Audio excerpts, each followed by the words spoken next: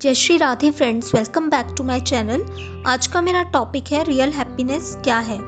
उससे पहले अगर आपने मेरा चैनल अभी तक सब्सक्राइब नहीं किया है तो उससे पहले प्लीज़ मेरा चैनल सब्सक्राइब कर ले, बेल आइकन प्रेस कर ले, जिससे मेरी आगे आने वाली वीडियोस की नोटिफिकेशन आपको मिलती रहेगी। फ्रेंड्स, हम सभी मनुष्य खुशी चाहते हैं, सुख की कामना करते हैं और पूरा जीवन इस सुख को प्राप्त करने का प्रयत्न करते हैं। फिर भी कौन पूर्ण रूप से खुश हो पाता है, अपने इस जीवन में पूर्ण रूप से संतुष्ट हो पाता है।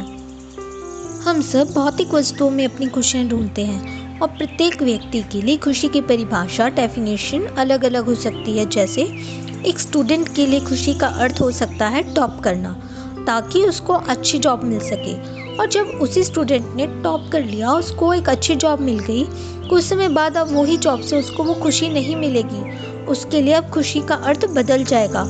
अब उसको खुशी तब मिलेगी जब उसकी सैलरी इंक्रीमेंट होगी या प्रमोशन होगा। उसको उसकी एक्सपेक्टेशन के अकॉर्डिंग सैलरी नहीं मिलेगी तो वह फिर से दुखी हो जाएगा। वही सेम स्टूडेंट है और वही सेम जॉब है, बट वह खुशी नहीं, क्योंकि उसके लिए खुशी का अर्थ बदल गया। क्योंकि भौतिक संसार में कुछ भी परमानेंट नहीं है। इस संसार को दुखालय भी कहा जाता है। यहाँ सुख दुख आते और जाते रहेंगे। यह भौतिक वस्तुएं हमें केवल कुछ समय के लिए ही सुख या खुशियाँ प्रदान कर सकती हैं। थोड़े समय बाद वो भौतिक सुख आपको खुशी नहीं देगा, क्योंकि भौतिक वस्तुएं नश्वर होती हैं, तो उनसे मिलने वाला सुख और खुशियाँ भी नश्वर ही होती हैं। किंतु भगवान सच्चिदानंद स्वरूप हैं। आध्यात्मिक सुख नित्य है, वह कभी समाप्त नहीं होता। जैसे जैसे आप आध्यात्मिक प्रगति करते हो, यह आनंद नित्य प्रतिदिन बढ़ता ही जाता है। भौतिक जगत की वस्तुओं से प्राप्त सुख इसी प्रकार है जैसे एक छोटा बच्चा अपने माता पिता से बिछड़ गया हो और कोई व्यक्ति उस बच्चे को प्रसन्न करने का प्रयत्न करे। उसे कभी चॉकलेट दे दी, वह बच्चा थोड़े समय के लिए प्रसन्न हो गया, परंतु थोड़ी देर बाद वह फिर से रोने लग जाएगा। उसको रोता देख कोई खिलौना उसको दे दिया, वह थोड़ी देर खेलेगा, खुश हो जाएगा, परंतु फिर थोड़ी देर बाद जैसे ही उसको उसके माता पिता की याद आएगी, वह फिर से रोने लग जाएगा। परंतु वहीं अगर कोई इस बच्चे को उसके माता पिता से मिलवा दे, उसके माता पिता के पास ले जाए, तो जो खुशी उस बच्चे को मिलेगी वह उसके लिए सच्ची प्रसन्नता होगी। ऐसे ही हम ईश्वर के अंश हैं और हमें यह शरीर प्राप्त हुआ है भक्ति करके भगवान की प्राप्ति करने के लिए। और हम अपना पूरा जीवन केवल भौतिक वस्तुओं को प्राप्त करने में ही व्यतीत कर देते हैं और अपने आध्यात्मिक उन्नति पर ध्यान नहीं देते। हमें इस भौतिक जगत में जीवन व्यतीत करने के लिए भौतिक वस्तुओं की भी आवश्यकता होती है, लेकिन इसका अर्थ यह नहीं कि हम अपने जीवन का जो वास्तविक लक्ष्य है उसको भूल जाएं। हमें जो भी भौतिक वस्तुएं प्राप्त होती है उन पर हम अपना आधिपत्य समझ बैठते हैं और उनका दुरुपयोग कर बैठते हैं। किंतु सत्य यह है, जो भी धन वैभव हमें प्राप्त होता है वह माता लक्ष्मी की कृपा से हमें प्राप्त होता है और भगवान श्री कृष्ण लक्ष्मीपति हैं। उस धन वैभव भौतिक वस्तुओं और उससे प्राप्त भौतिक सुख पर हमारा कोई अधिकार नहीं है। यह भौतिक वस्तुएं धन वैभव भगवान ने हमें सदुपयोग करने के लिए दी है। यदि हम इन सब का सदुपयोग न करके दुरुपयोग करेंगे तो हमें उसका फल अवश्य भोगना पड़ेगा। इसलिए हम धन वैभव भौतिक वस्तुएं अवश्य प्राप्त करें, लेकिन प्राप्त करने के बाद उनका सदुपयोग करें, उससे दूसरों की हेल्प करें, अच्छा कार्य करें। और आपको ईश्वर की कृपा से जो भी प्राप्त हुआ है उसमें संतुष्ट रहें और अपनी आध्यात्मिक उन्नति के लिए भगवान की निस्वार्थ भक्ति करें। अगर हम इस प्रकार अपने आध्यात्मिक और भौतिक जीवन को बैलेंस करते हैं, इससे जो हमें खुशी प्राप्त होती है, प्रसन्नता प्राप्त होती है, वही रियल हैप्पीनेस है, सच्ची खुशी है।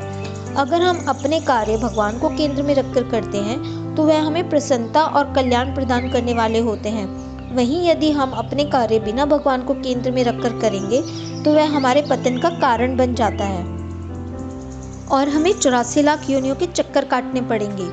यह मनुष्य जीवन हमें बहुत ही पुण्य और ईश्वर की कृपा से प्राप्त हुआ है। हमें अपनी बुद्धि का थोड़ा तो प्रयोग करना चाहिए कि जब ईश्वर ने हमें यह मनुष्य जीवन दिया है तो इसका कोई तो हायर पर्पस होगा, कुछ तो उच्च लक्ष्य होगा। चाहे आप ज्ञान मार्ग को चूज करो या भक्ति मार्ग को चूज करो, दोनों ही कल्याण करते हैं। केवल फर्क इतना है कि ज्ञान मार्ग से हमें आत्म साक्षात्कार होता है और भक्ति मार्ग से भगवान प्रेम की प्राप्ति होती है। आत्म साक्षात्कार होने पर, मोक्ष की प्राप्ति होने पर हम ईश्वर में ही लीन हो जाते हैं, जिसके बाद ना हमें किसी दुख की अनुभूति हो सकती है, ना ही किसी आनंद या सुख की। परंतु वहीं भक्ति मार्ग से हमें भगवान प्रेम की प्राप्ति होती है, भगवान धाम में उनकी सेवा प्राप्त होती है, जन्म मृत्यु के बंधन से छूटकर परमानंद की प्राप्ति होती है। नाम जप प्रसन्नता की एक ऐसी चाबी है, एक ऐसा साधन है जिसको अगर आप करना स्टार्ट करते हो तो आपको सच्ची खुशी तो मिलेगी ही मिलेगी। आपके जीवन के सभी कार्य भी सिद्ध होने लगेंगे, आपको हर शुभ कार्य में सफलता प्राप्त होगी। यहाँ ध्यान देना, मैंने कहा है शुभ कार्य में सफलता मिलेगी, यह नहीं कि आप किसी का बुरा करना चाहोगे तो उसमें भी आपको सफलता मिलेगी, नहीं। जो कार्य आपके हित में है, आपके लिए अच्छा है और आप किसी का बुरा नहीं चाहते तो आपको आपके सभी शुभ कार्यों में सफलता अवश्य मिलेगी। नाम जप एक कल्प वृक्ष की भांति है, इससे यदि आप भौतिक सुख की कामना करोगे तो आपको भौतिक सुख प्राप्त होगा और आध्यात्मिक सुख की कामना करोगे तो आध्यात्मिक सुख की प्राप्ति होगी। भगवान के नामों में भगवान से भी अधिक शक्ति है, राम से बड़ा राम का नाम। बस हमको ही विश्वास नहीं है। जैसे जैसे हमारा नाम जप में श्रद्धा विश्वास बढ़ता जाता है, वैसे वैसे नाम भी अपनी शक्ति प्रकट करता जाता है। हर साधक को अपने विश्वास और समर्थ के अनुसार अनुभव भी होते हैं।